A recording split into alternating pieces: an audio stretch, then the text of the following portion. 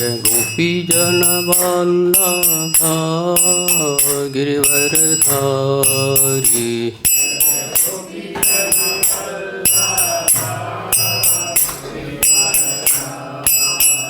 जय गोपीजनवल्लभा गिरिवरधारी।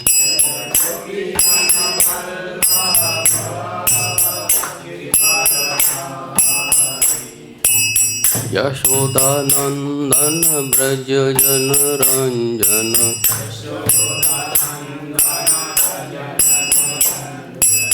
यशोदानंदन ब्रज जनरंजन।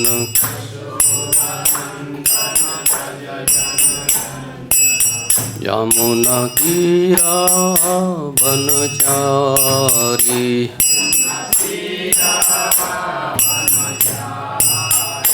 यमुना तीरा वनचारी।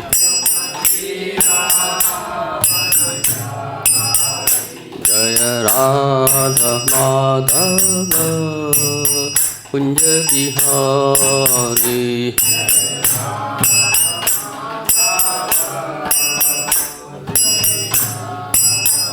जय राधा माधव कुंज बिहारी।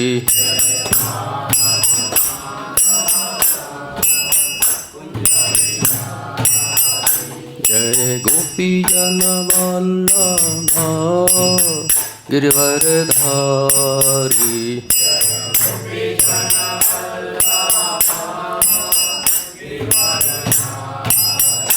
जय गोपीजनवल्लभा गिरिवरधारी।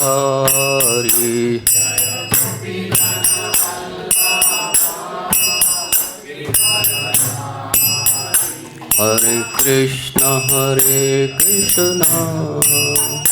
कृष्ण कृष्ण हरे हरे। हरे राम राम राम हरे हरे।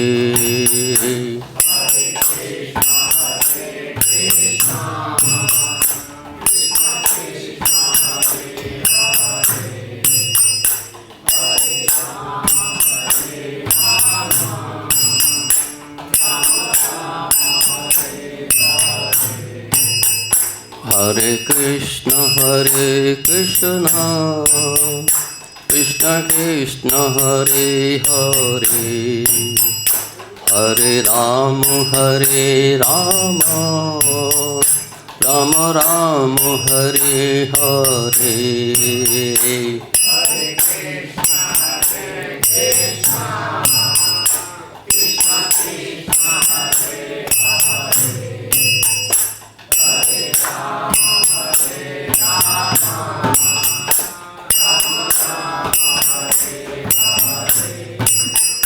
हरे कृष्ण कृष्ण कृष्ण हरे हरे। हरे राम राम राम हरे हरे। हरे कृष्ण कृष्ण कृष्ण हरे हरे। हरे राम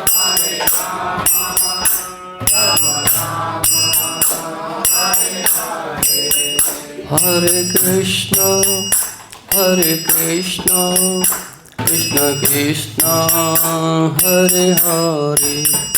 हरे राम राम राम हरे हरे।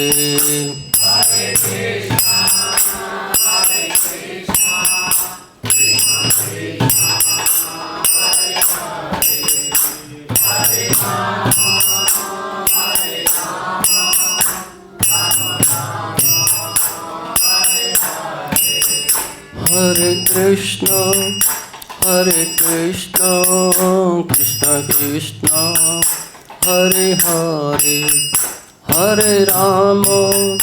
हरे राम राम राम हरे हरे।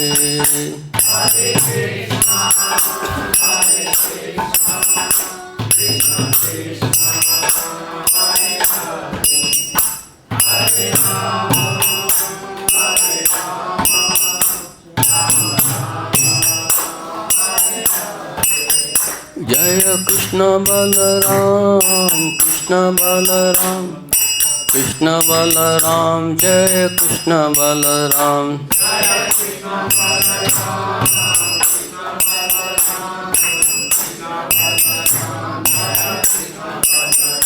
जय कृष्ण बलराम कृष्ण बलराम कृष्ण बलराम जय कृष्ण बलराम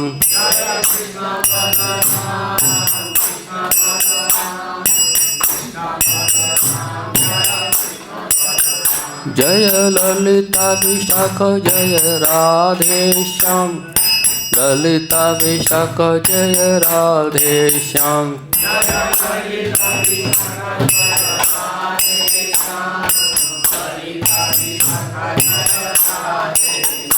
जय गौरनिताय गौरनिताय गौरनिताय जय गौरनिताय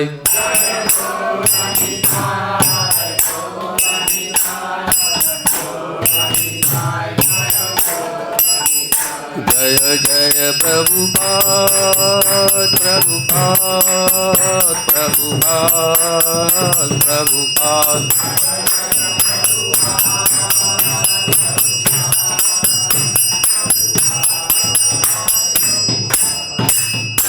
जय ओम विष्णुपाद परमहंस परवैकचार अष्टोशतशील ऐसी भक्तवैम स्वामी प्रपाद की जय ओम विष्णुपाद परमहंस परवैकचार अष्टोशतशील भक्त सिद्धांत तुलसी गोसाई महाराज की अनंत कोट वैष्णव भक्तवृंद की नामाचार्य हरदास ठाकुर की प्रेम से कहो जय श्री कृष्ण चैतन्य प्रभु नित्यानंद श्री अद्वैत गदाधर श्रीवासादि गौर भक्तवृंद की श्री श्री राधा कृष्ण गोप गोपीनाथ श्याम राधगिन गोवर्धन की वृंदावन मथुरा धाम की नवदीप मायापुर धाम की गंगा मैया की यमुना मैया की तुलसी देवी की भक्ति देवी की भगवत गीता यथारूप की निताय गौर पे वंदे all glories to assembled devotees all glories to assembled devotees all glories to assembled devotees all glories all glories to Sri Sri Guru and Gauranga ओम नमो भगवते वासुदेवाय ओम नमो भगवते वासुदेवाय ओम नमो भगवते वासुदेवाय ओम अज्ञानतिमिरान्धस्य ज्ञानाञ्जनशलाकया चक्षुरुन्मीलितं येन तस्मै श्रीगुरुवे नमः श्रीचैतन्यमनोभीष्टं स्थापितं येन भूतले स्वयं रूपकथा मह्यं ददाति स्वतन्त्रिकं वन्देऽहं श्रीगुरुश्रीयुतकमलं श्रीगुरुवैष्णवांच श्रीरूपं साग्रजातं सगणरघुनाथं वितं तं सजीवं सावधैतं सावधूतं परिजनसहितं कृष्णचैतन्यदेवं श्री राधा कृष्ण पादान शैगणललिता श्री विशाखाविंतांच हे कृष्ण करुणा सिंधु दीनबंधु जगतपते गोपेश गोपिका कांत राधा कांत नमस्तुते तप्त कांचन गौरांगी राधे वृंदावनेश्वरी वृषभानुसुते देवी प्रणमामि प्रिये वाञ्छाकल्पतरुवर्ष कृपा सन्देव च पतितानां पावनेभ्यो वैष्णदेवो नमो नमः। जय श्री कृष्ण चैतन्य प्रभु नित्यानंद श्री अद्वैत गदाधर श्रीवासादि गौर भक्तबिंद हरे कृष्ण कृष्ण कृष्ण हरे हरे हरे राम राम राम हरे हरे हरे कृष्ण।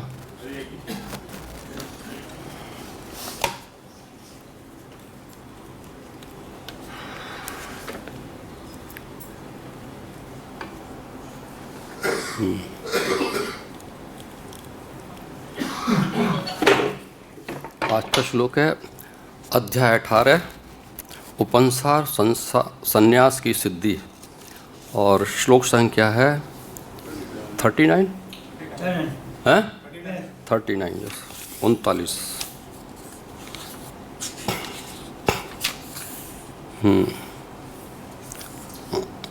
मेरे पीछे दोहराएंगे आप, है ना?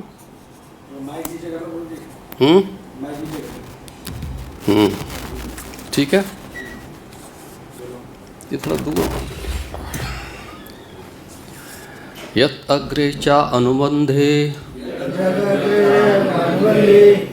चा सुखम मोहनम आत्मनः निद्रा आलस्य प्रमाद उत्थम तत तामसम उदाहतम यत् अग्रे चा अनुबंधे चा सुखम मोहनम आत्मनः निद्रा आलस्य प्रमाद उत्थम तत् तामसम उदाहतम यत् अग्रे चा अनुबंधे चा सुखम मोहनम आत्मनः निद्रा आलस्य प्रमाद उत्थम तत् तामसम उदाहतम। बोलिए। यत् अग्रे चा अनुबंधे चा सुखम मोहनम आत्मनः निद्रा प्रमादोत्थम तत् तामसम उदाहतम। यत् अग्रे चा अनुबंधे चा सुखम मोहनम आत्मनः निद्रा आलस्य प्रमादोत्थम तत् तामसम उदाहतम। यत् अग्रे चा अनुबंधे चा सुखम मोहनम आत्मनः निद्रा प्रमाद तत् तामसम उदाहतम। माता जी। यत् अग्रे चा अनुबंधे चा सुखम मोहनम आत्मनः निद्रा आलस्य प्रमादोत्थम तत् तामसम उदाहतम। और कोई? यत् अग्रे चा अनुबंधे चा सुखम मोहनम आत्मनः निद्रा आलस्य प्रमादोत्थम तत् तामसम उदाहतम। हाँ, अर्थ वर्ड बाई वर्ड, शब्द अर्थ। श्रील प्रभुपाद की। यत् जो, अग्रे आरंभ में, चा भी, अनुबंधे अंत में, चा भी, सुखम सुख, मोहनम मोह में, आत्मनः अपना, निद्रा नींद, आलस्य आलस्य, प्रमाद तथा मोह से, उत्थम उत्पन्न, तत् वह, तामसम तामसी, उदाहरणम कहलाता है। अर्थ श्रील प्रभुपाद की। तथा जो सुख आत्म साक्षात्कार के प्रति अंधा है, जो प्रारंभ से लेकर अंत तक मोह कारक है, जो निद्रा आलस्य तथा मोह से उत्पन्न होता है, वह तामसी कहलाता है। तात्पर्य श्रील प्रभुपाद की। जो व्यक्ति आलस्य तथा निद्रा में सुखी रहता है, वह निश्चय ही तमोगुणी है। जिस व्यक्ति को इसका कोई अनुमान नहीं कि किस प्रकार कर्म किया जाए और किस प्रकार नहीं, वह भी तमोगुणी है।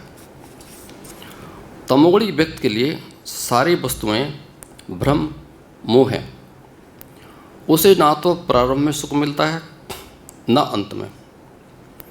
रजोगुणी व्यक्ति के लिए प्रारंभ में कुछ क्षणिक सुख और अंत में दुख मिलता है, लेकिन जो तमोगुणी है उसे प्रारंभ में तथा अंत में दुख ही दुख मिलता है।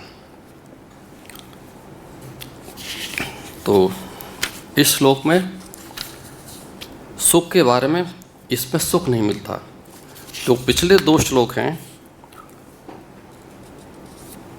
जिसमें श्लोक नंबर 37 में तत् अग्रे विषम एव परिणामे अमृत उपम तत्सुखम सात्विकम प्रोक्तम आत्मबुद्धि प्रसादजम, जो प्रारंभ में विष जैसा लगता है लेकिन अंत में अमृत के समान है, और जो मनुष्य में आत्म साक्षात्कार जगाता है वह सात्विक सुख कहलाता है।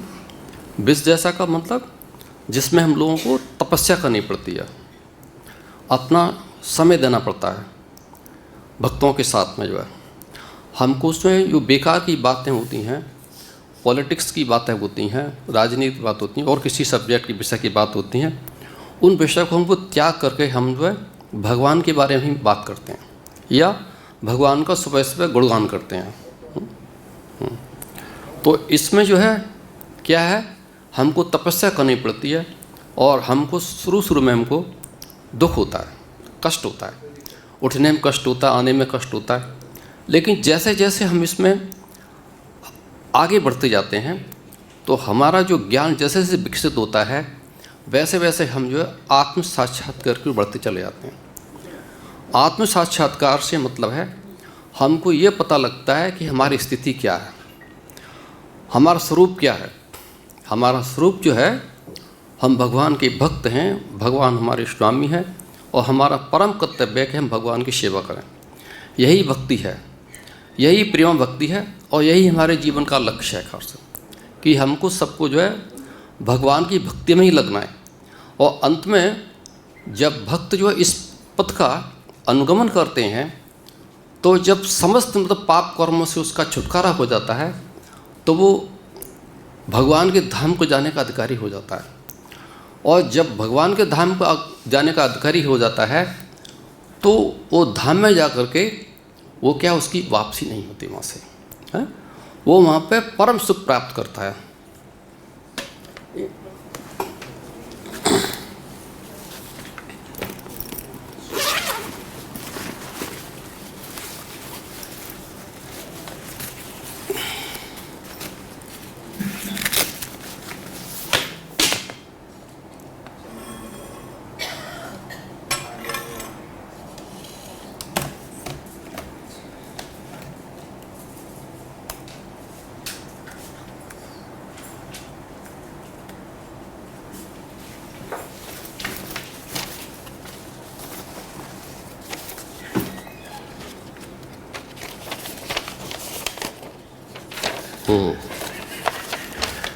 तो उसे परम सुख की प्राप्त होती है उसे जो, तो भगवान का धाम है।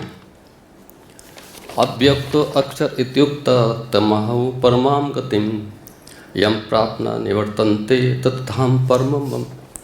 तो भगवान इसमें अपने धाम के बारे में बता रहे हैं। वह धाम कैसा है जिसे वेदांती अप्रकट तथा अविनाशी बताते हैं, जो परम गंतव्य है। गंतव्य मतलब हमारा जीवन का लक्ष्य है, जिसे प्राप्त कर लेने पर कोई वापस नहीं आता, वही मेरा परम धाम है। तो भगवान के परम धाम जाना ही हमारा जो है गंतव्य है।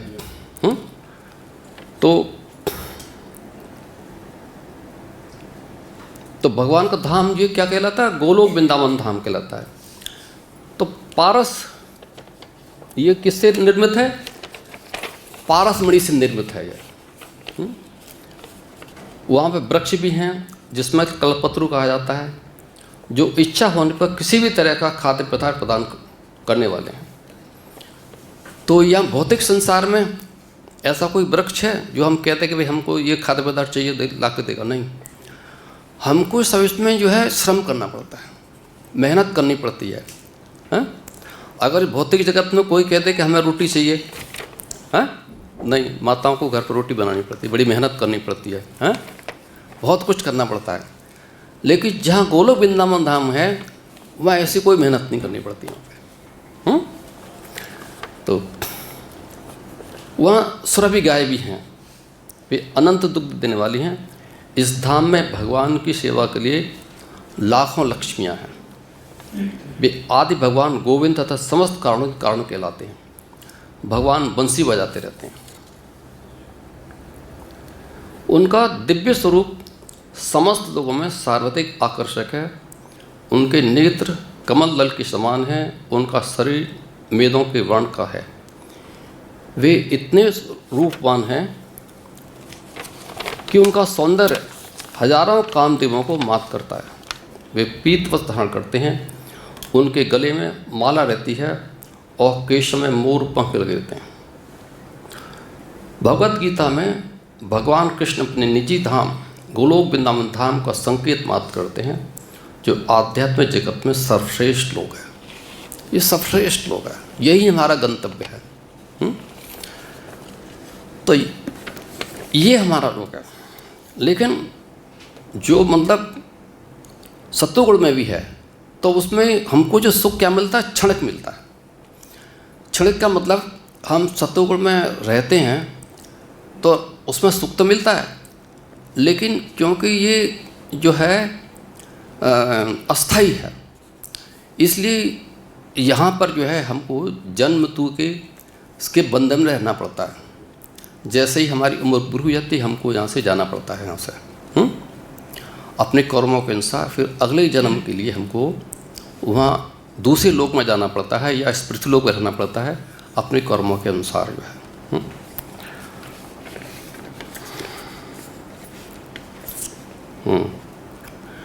अगला में जो है क्या है, विषय इंद्रिय संयोगात यतत अग्रे अमृतपम परिणामे विषम एव तथा सुखम राजसम स्मृतम। जो सुख इंद्रियों द्वारा उनके विषयों के संसर्ग से प्राप्त होता है,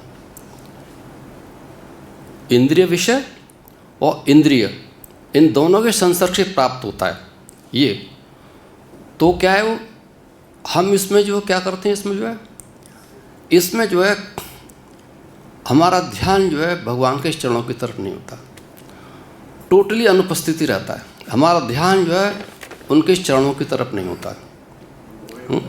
हाँ, तो वो शुरू में तो अमृत तो ले लगता है, लेकिन अंत में क्या होता है, अंत में हम जो है हमारी जब उम्र पूरी हो जाती है, आयु पूरी हो जाती है, तो अपने सकाम करने के अनुसार हमको तो या तो इसी पृथ्वी लोक पे या हमको जो निम्न लोक हैं खास तौर से उसमें हमको जाना पड़ता है, और कभी कभी हमको नरक लोक भी हमको मिलता है खास तौर से, या अपने कर्म के अनुसार हमको जीव हैं जैसे कुत्ता बिल्ली है और दूसरे जीव में कीट पतंगे हैं, उनका शरीर प्राप्त होता है।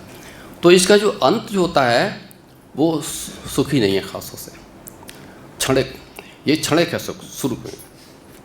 अब आज का जो श्लोक है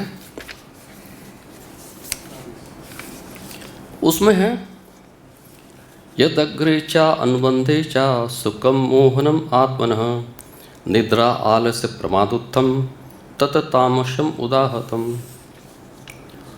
जो सुख आत्म साक्षात के प्रति अंधा है, आत्म साक्षात का मतलब है उससे भक्ति है ही नहीं उसके अंदर, हमारा संबंध जो है भगवान के साथ है ही नहीं खास तौर से, अंधा है। अंधा का मतलब हमको जो उसके बारे में कोई ज्ञान है ही नहीं, हमारे हृदय में क्या है वो अज्ञान रूपी अंधकार है। यह अंधकार जम रूपी जो है क्या अज्ञान भरा हुआ है। उस अज्ञान के कारण जो है ना तो सुख जो है वो शुरू में मिलता है ना अंत में मिलता है।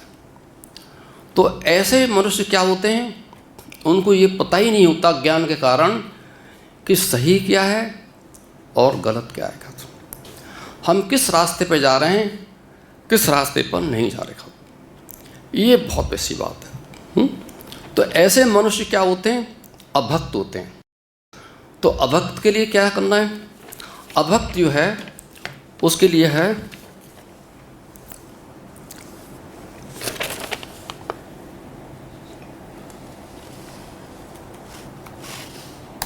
अब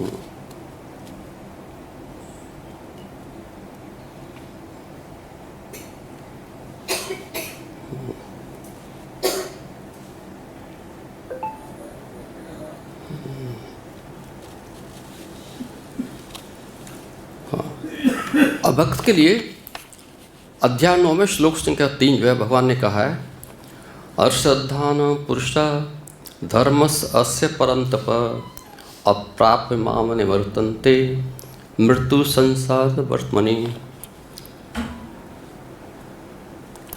हे परंतप, जो लोग भक्ति में श्रद्धा नहीं रखते, मतलब आत्म साक्षात के प्रति अंधे हैं, उनको उसका ज्ञान ही नहीं है, हाँ, वे मुझे प्राप्त नहीं कर सकते, उनको क्लियर लिखा हुआ है। अतः वे इस भौतिक जगत में जन्म मृत्यु के मार्ग पर वापस आते रहते हैं। ये है इसका समझ। तो इसके लिए क्या है, क्योंकि इनमें श्रद्धा की कमी होती है, हाँ, ऐसे लोगों में ये श्रद्धा की कमी होती है, और इसमें जो है आसुरी भाव होता है इनमें, आसुरी। तो श्रद्धा कैसे उत्पन्न होती है? श्रद्धा उत्पन्न होती है भक्तों के साथ रह करके। जैसे आप लोग भगवद गीता की क्लास कर रहे हैं, सब लोग भक्तों के साथ हैं, और कभी कभी हम क्या बोलते हैं, ये कथा ही होती है इसमें पर, भगवान के नाम का गुणगान ही होता है यह। और हम जब कीर्तन होता है, कीर्तन में संग भक्तों का संग करते हैं, तो वहाँ क्या होता है, हरे कृष्णा कृष्णा कृष्णा हरे हरे, हरे राम राम राम हरे। वहाँ पर भगवान के चरणों के दर्शन होते हैं। भगवान के चरणों के दर्शन मात्र से ही क्या है, हमको जो है भक्तों के साथ में श्रद्धा विकसित हो जाती है। जब श्रद्धा विकसित हो जाती है तो हमारा ध्यान जो है धीमे धीमे जो है भगवान के चरणों की ओर लगता रहता है, और हम जो जप है वो बिल्कुल शुद्ध रूप से करते हैं वह। तो इस तरह से मनुष्य जो है आगे बढ़ता है खासों से। तो श्रद्धा जो है वो पूर्ण विश्वास है जो परमेश्वर की भक्ति द्वारा या परमेश्वर की सेवा द्वारा जो है प्राप्त होता है खासों से। यह वास्तविक श्रद्धा है। तो इस तरह से जब हम भगवान की जो सेवा करते हैं तो एक तरह से जैसे उसमें पेड़ होता है, वृक्ष होता है, वृक्ष में हम जो है उसकी जड़ में हम पानी देते हैं या खाद देते हैं, तो उसके तना है, उसकी डाली है, उसके पत्ते हैं, सब तक पहुंच जाता है। ऐसे ही जब भगवान कृष्ण की भक्ति करते हैं तो क्या है, वो श्रद्धा जो सबके लिए विकसित हो जाती है।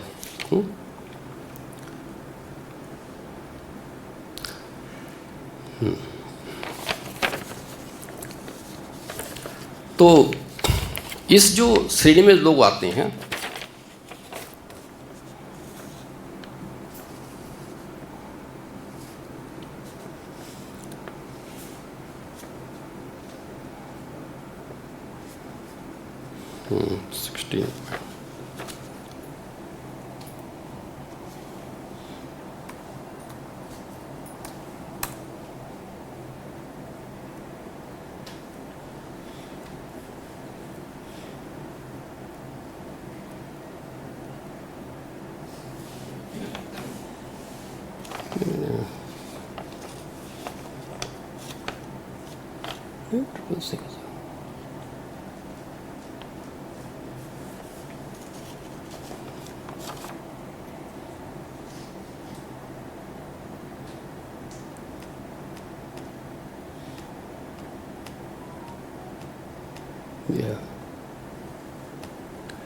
तो ये श्रेणी में जो लोग आते हैं उनमें आते हैं दंभ दर्प मानुष्य क्रोध पारुषम एवच अज्ञानम च विजातस्य पार्थ संपदम आसुरीन। तो क्या होते हैं उन लोग में, उनके गुण क्या होते हैं? उनमें होते हैं दंभ, दर्प, अभिमान, क्रोध, कठोरता तथा ज्ञान। तो अज्ञान के कारण क्या होते हैं, वो अंधे होते हैं। अंधे किस में होते हैं? हाँ, भगवान की भक्ति में। उनको पता ही नहीं होता ये क्या चीज़ है क्या नहीं है, और रुचि भी नहीं लेते जो है खास तौर से।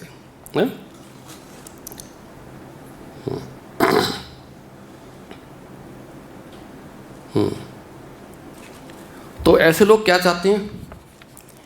ऐसे लोग ये चाहते हैं, बजाय वो भगवान की पूजा करें, वो उल्टा चाहते हैं कि वो खुद भगवान है।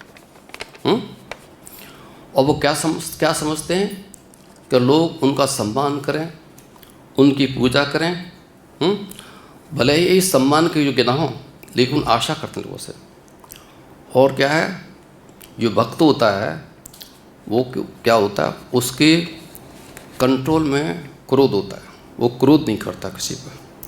कि ये लोग क्या करते हैं, छोटी छोटी बातों पर जो है क्रुद्ध हो जाते हैं और खरी खोटी भी सुनाते हैं, गाली गलौज सुनाते हैं लोगों को।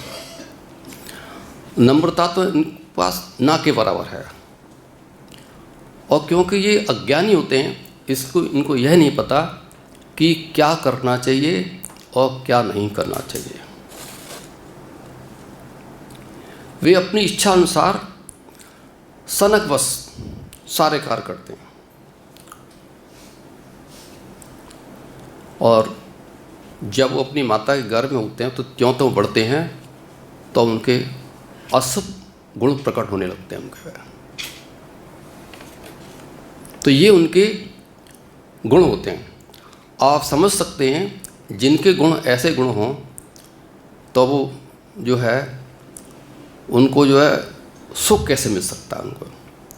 उनको ना तो सुख प्रारंभ में मिलता है ना अंत में मिलता है।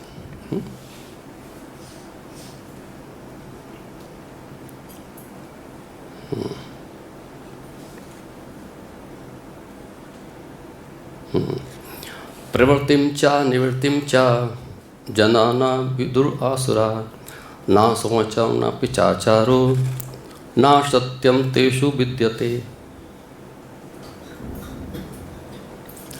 तो जो आसुरी हैं, जैसा कि मैंने पहले बताया, उनको यह नहीं पता, वह नहीं जानते उनको क्या करना चाहिए और क्या नहीं करना चाहिए। उनमें ना तो पवित्रता है, ना उचित आचरण है, ना ही सत्य पाया जाता है। ये समझ लो उसमें है। तो भक्ति के लिए क्या ज़रूरत है? पवित्रता ज़रूरत है। पवित्रता का मतलब हमको सुबह जल्दी उठना है और स्नान करके आना है, धुले वस्त्र पहन के आना है, हमको उचित आचरण करना है। उचित आचरण का मतलब है हमको अपने वरिष्ठ जो है भक्त हैं उनका आदर सत्कार करना है। भगवान के समक्ष हमको जो है भगवान के समक्ष हमको क्या करना है? दंडवत प्रणाम करना है और सत्य बोलना है हमेशा। लेकिन इन चीज़ों में, इनमें जैसे ये तीनों चीज़ एब्सेंट होती हैं। तो जब इन तीनों में एब्सेंट होती है तो इनको जो है शुरू में ही जब वो कर्म करते हैं ये, तो वो कर्म जो है क्या करते हैं, तो तमोड़ के अंतर्गत ही करते हैं। और उस ना तो सुख जो शुरू में होता है ना उसके अंत में होता है।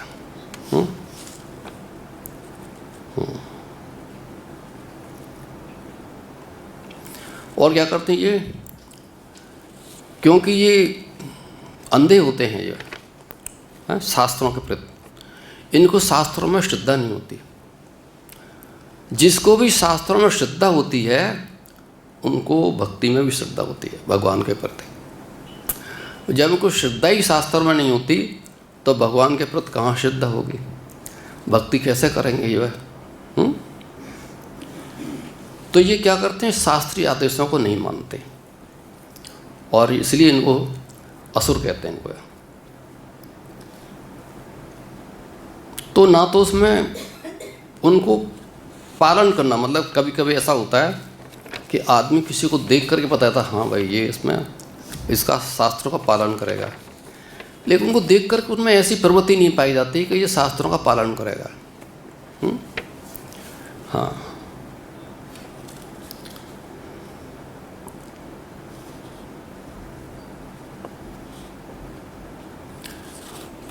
तो जिन लोगों में वैदिक शास्त्रों में श्रद्धा होती है तो वो उसके अनुसार ही कार्य करते हैं। तो असुरगण क्या होते हैं, ना तो बाहर से स्वच्छ होते हैं ना अंदर से स्वच्छ होते हैं। बाहर से स्वच्छ होने के लिए स्नान करना पड़ता है, अंदर से स्वच्छ करने के लिए भगवान के नाम का, रूप का गुणगान करना पड़ता है। जैसे हम जो है 16 जपमाला करते हैं, हरे कृष्णा कृष्णा कृष्णा हरे हरे, हरे राम राम राम हरे। तो उनको अंतःकरण भी स्वच्छ करना होता है और बाहर भी स्वच्छ होते हैं। वो दोनों तरफ से जो है क्या है, स्वच्छ नहीं होते हैं। हाँ।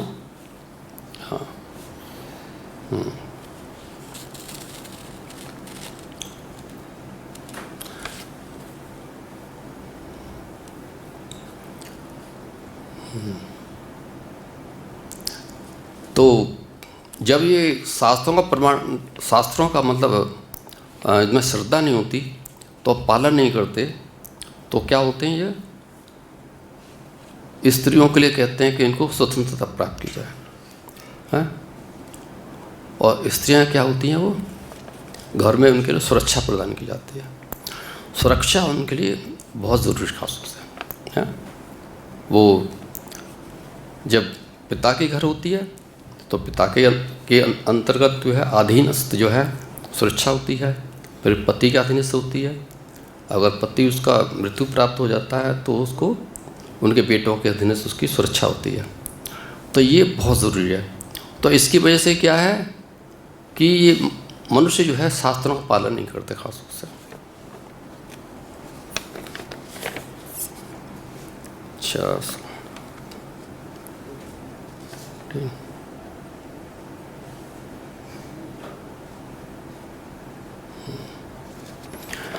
असत्यम अप्रतिष्ठम ते जगत आहु अनीश्वरम अस्परस्परम संभूतम किम अन्यते काम है तो कम। तो वो कहते हैं ये जगत जो है मिथ्या है, इसका कोई आधार नहीं है, इसका नियमन नहीं होता। मतलब वो ईश्वर को नहीं मानते। जब ईश्वर को ही नहीं मानते तो भक्ति कहाँ से करेगा। जब ईश्वर को मानता ही नहीं तो उसका जो मतलब लक्ष्य है वो भगवत धाम कैसे होगा। उनका लक्ष्य को कुछ और ही होता है उनका। तो उनका कहना है कि जगत जो मिथ्या है ये काम इच्छा से उत्पन्न होता है और काम के कोई कारण नहीं खास है। तो वो उनको भगवान में श्रद्धा है ही नहीं खास तौर से। उनका लक्ष्य होता है सिर्फ भौतिक संपत्ति एकत्र करना है और अपनी काम वासना को पूरा करना खास तौर से, ये उनका लक्ष्य होता है। इसके लिए कोई भी गलत काम कर सकते हैं वह।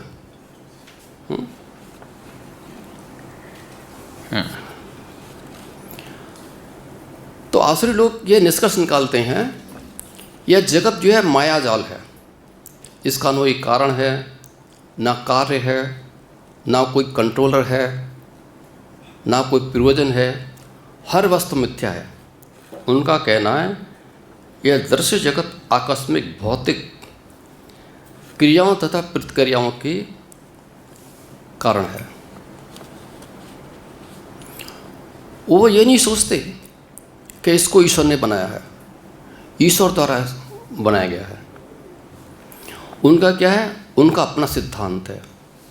उनका सिद्धांत शास्त्रों के अनुसार नहीं होता, उनका अपना सिद्धांत होता है कि संसार जो अपने आप उत्पन्न हुआ है और यह विश्वास करने का कोई कारण नहीं, उनके पीछे ईश्वर का हाथ है। उनके लिए आत्मा तथा पदार्थ में कोई अंतर नहीं होता। अब जिसको जो है आत्मा के बारे में अज्ञान है, उसको ज्ञान नहीं है, उसको जो है तो भक्ति कैसे करेगा। आत्मा परमात्मा के बारे में जो हमारे हृदय में रहते हैं, तो जब तक वो नहीं करेगा, माने का श्रद्धा नहीं रखेगा, तब तक भक्ति नहीं कर सकता और वो लक्ष्य प्राप्त नहीं कर सकता खासों से। वो लोग आत्मा को स्वीकार ही नहीं करते। वो कहते हर वस्तु पदार्थ है, यह पूरा जगत अज्ञान का पिंड हो। उनके अनुसार प्रत्येक वस्तु शून्य है और जो भी सृष्टि दिखती है केवल भ्रम के कारण है।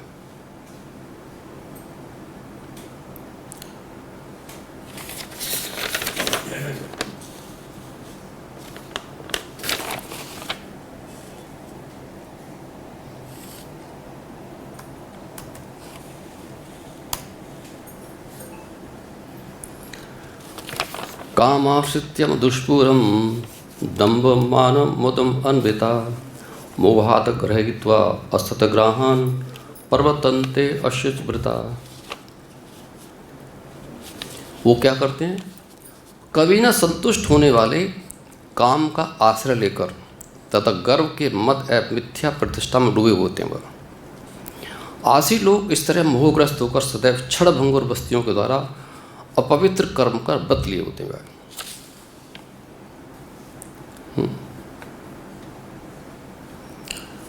जो आसुरी लोग होते हैं उसमें काम कभी तृप्त नहीं होता वो,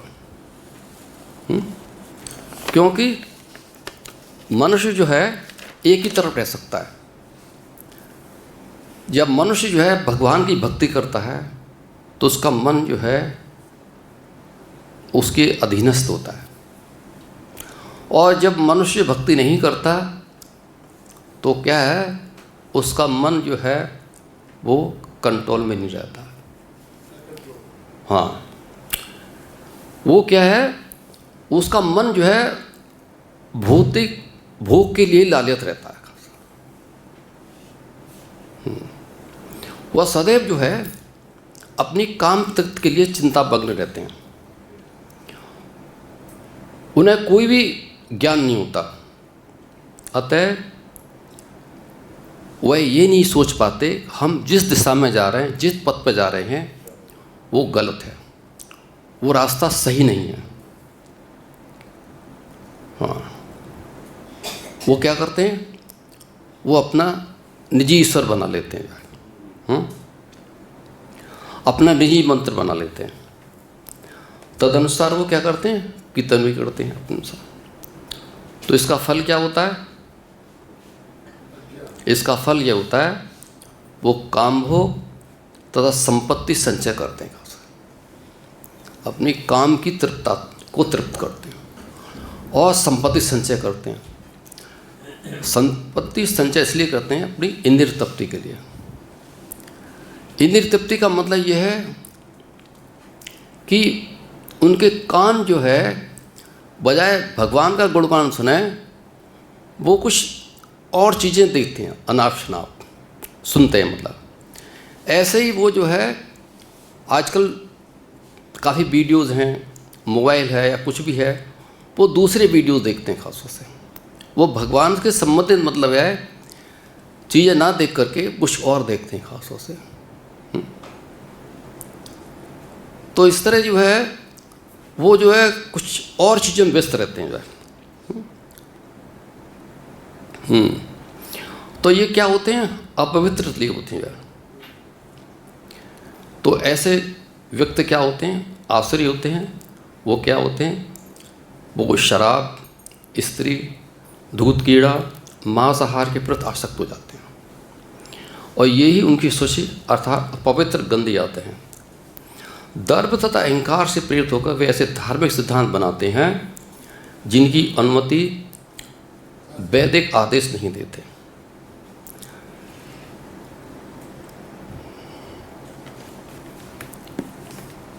सॉरी,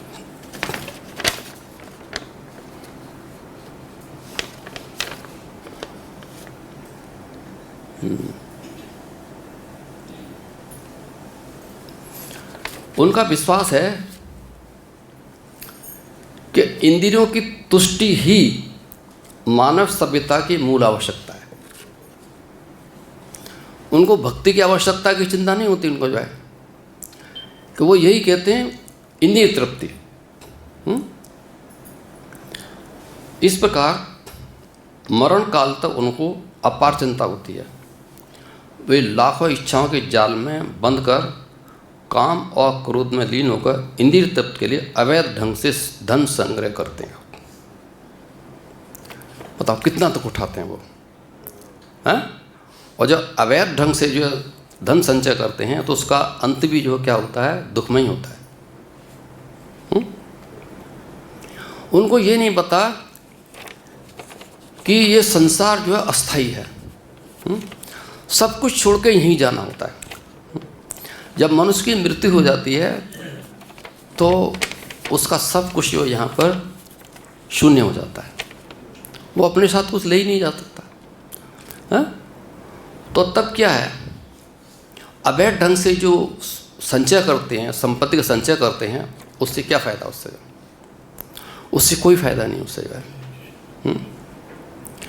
बल्कि मैं तो ये भी देखा है कि मेरे एक फ्रेंड हैं, तो अवैध ढंग से तो उन्होंने संचय नहीं किया हुआ, लेकिन उन्होंने कहा कि ये तो सब बेकार है खास तौर से, लेकिन मन नहीं मानता संचय किए बिना, क्योंकि वो लोग भक्ति में नहीं है।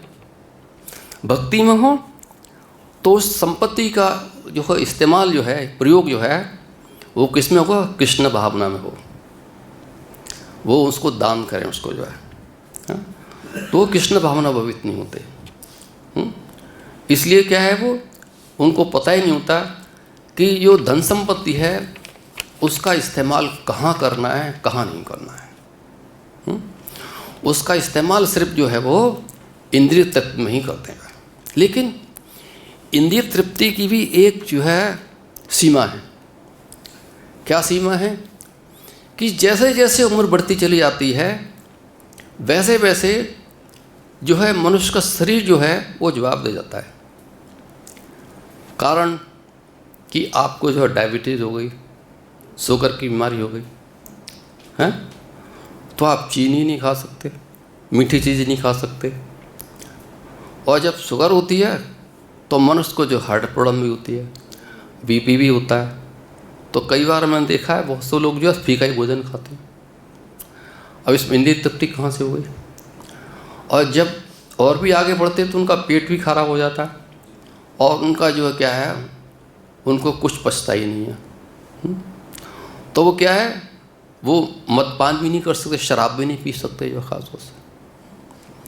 उनका शरीर इतना कमज़ोर हो जाता है, वो इंद्रिय तृप्ति वो उनकी इच्छा ही बनी रहती है और वो इच्छा उनकी पूरी नहीं होती। उसका रिजल्ट ये होता है, वो फिर अपनी इच्छा को पूर्ति करने के लिए फिर इस भौतिक करते हैं, बार बार जन्म मृत्यु के चक्कर में पड़े रहते हैं।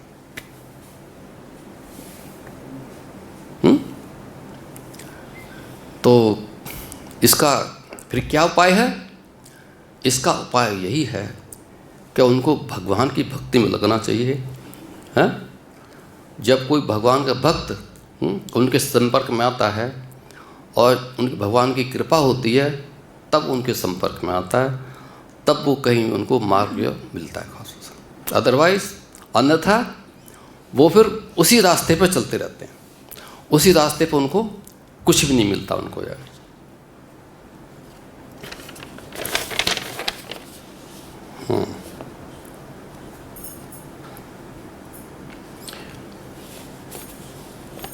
तो वो जो ऐसे मनुष्य है उनको सकाम कर्म करने पड़ते हैं और उनके कर्म के अनुसार ही विभिन्न शरीर धारण करने पड़ते हैं। लेकिन जीवन के लिए उनकी योजना का अंत नहीं होता। वे एक के बाद एक योजना बनाते रहे जिससे भगवान कृष्ण का कोई संबंध ही नहीं होता है। ऐसी योजनाएं जो कभी समाप्ति नहीं होती।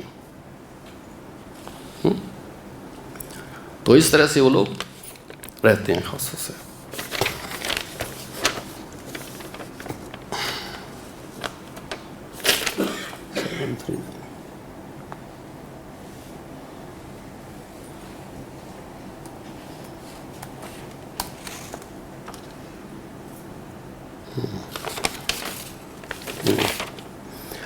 अहंकारं बलं दर्पं कामं क्रोधं च संचिता मम आत्म पर देहेषु परिश्रंतो अभ्यसूयका। मिथ्या अहंकार, बल, दर्प, काम तथा क्रोध से मोहित होकर आसुरी व्यक्ति अपने शरीर में तथा अन्यों के शरीर में स्थित भगवान से ईर्ष्या और वास्तविक धर्म की निंदा करने लगते हैं। ये लोग क्या करते हैं कि हम जैसे आप जैसे लोग हैं ना, चलते फिरते हैं ना, तो जो ऐसे लोग मिल जाते हैं आसुरी, तो वो बोलते हैं ये पागल जा रहा है। जबकि खुद ही पागल हैं खासों से, वो हमको ही पागल समझते हैं सब। तो वो क्या होते हैं, भगवान की श्रेष्ठता के क्या कहते हैं, विरोधी होते हैं। शास्त्र में विश्वास करना पसंद नहीं करते, तो शास्त्र तो भगवान से क्या करते हैं, ईर्ष्या करते हैं।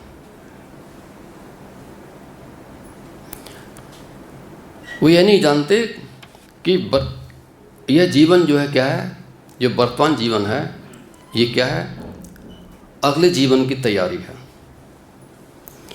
इसे ना जानते हुए ये वास्तव में अपने प्रति तथा अन्यों के प्रति देश भावना करते हैं।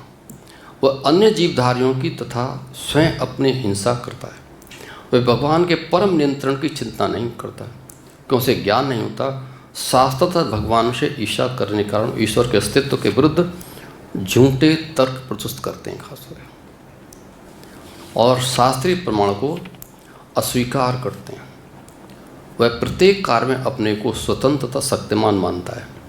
वह सोचता है कोई भी शक्ति, बल या संपत्ति में उसकी समता नहीं कर सकता, अतः वह चाहे जिस तरह कर्म करे उसे कोई रोक नहीं सकता। यदि उसका कोई शत्रु से इंद्रिय कार्य में आगे बढ़ने से रोकता है तो उसे अपनी शक्ति से छिन्न भिन्न करने की योजना बनाते रहते हैं। तो ये जो है, तो जो असर लोग होते हैं, जैसे भक्त लोग हैं, तो भक्त लोग जो है भक्त के प्रति जो है आदर की भाव से देखते हैं, और जो असर लोग क्या करते हैं, वो एक दूसरे को जो है शत्रुता से देखते हैं। वो देखते हैं कि मुझसे अधिक संपन्न कोई होना नहीं चाहिए, और उनके असुर जो असुर के प्रति क्या कर षड्यंत्रकारी होते हैं। वो ऐसे षड्यंत्र रचते हैं जिससे कि उनकी संपत्ति जो अर्जित की है किसी भी तरह से उसका नाश हो जाए उसे। ये क्या चीज़ है, ये जो है बेकारी चीज़ों में चिंता ग्रस्त रहते हैं खासतौर से।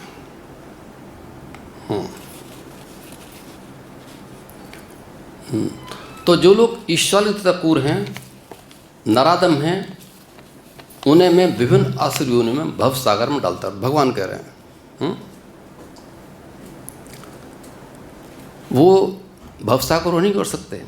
वो कहाँ जाते हैं, वो जाते हैं वो विभिन्न आसुर योनियों में, भवसागर में भगवान उनको डालते रहते हैं। तो ये उनका परिणाम है। हरे कृष्ण, महाराज आ गए हैं, आप ओके।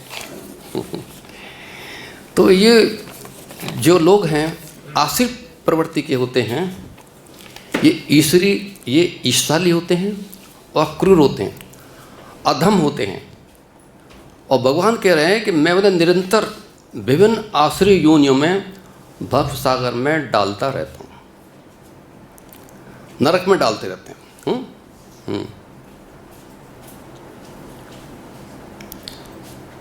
किसी जीव को किसी विशेष शरीर में रखने का परमेश्वर का विशेष अधिकार है।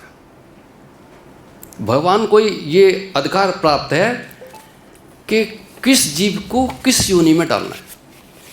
ये किसी के अधिकार क्षेत्र में नहीं है खासतौर से, है? हाँ, भक्तों को ये अधिकार क्षेत्र में है कि हम भक्ति भगवान की करेंगे, भगवान के चरणों में हम जो तपस्या करेंगे, उनका ध्यान करेंगे, भगवान की भक्ति करेंगे, तो हमको जो है हमारा मार्ग जो है गोलोक वृंदावन धाम के लिए निश्चित होगा। और जब हमारा जो लक्ष्य है गोलोक वृंदावन धाम के हम अधिकारी होंगे, तो हम निश्चित रूप से हम जो है हमको भगवान का संग प्राप्त होगा, और हम जो है वहाँ पर जो है भगवान के धाम में एक बार हम जब वहाँ पहुँच जाते हैं तो वहाँ से हमारी वापसी नहीं होती। हमको वहाँ पर असीम सुख, जैसा कि मैंने पिछले भी बताया आपको गोलोक वृंदावन धाम के बारे में कि वहाँ पर जो है ऐसे वृक्ष हैं जो इच्छा मात्र करने से ही वो वस्तु खाद्य पदार्थ देते हैं खास से। हाँ, तो उनको किसी भी चीज़ की चिंता नहीं होती है। यहाँ क्या भौतिक संसार में हम जो है हमको चिंताएं होती हैं। क्या चिंता होती हैं? हमको अपना जीवन यापन करना है। कैसे करेंगे? जब तक हम जो धन नहीं कमाएंगे तब तक हमारा जीवन कैसे चलेगा हमको। लेकिन गोलोक वृंदावन धाम में हमको ऐसी कोई चिंता नहीं होती खास है। हमको वहाँ पे भगवान की भक्ति करने की पूर्ण स्वतंत्रता है। यहाँ पर भी हम भक्ति करेंगे और वहाँ पर भी हम भक्ति करेंगे खासों से।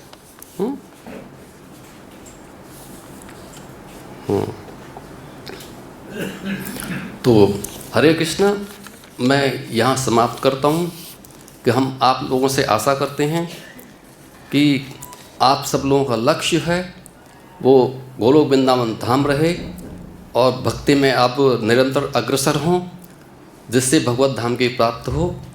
और आप लोगों का जो सुख है वो जो है निरंतर जो हो स्थायी सुख हो।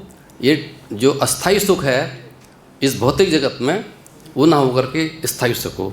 हरे कृष्ण। अगर कोई किसी का प्रश्न है तो प्रश्न करके बता सकते हैं थोड़ा प्लीज। हरे कृष्ण, धन्यवाद।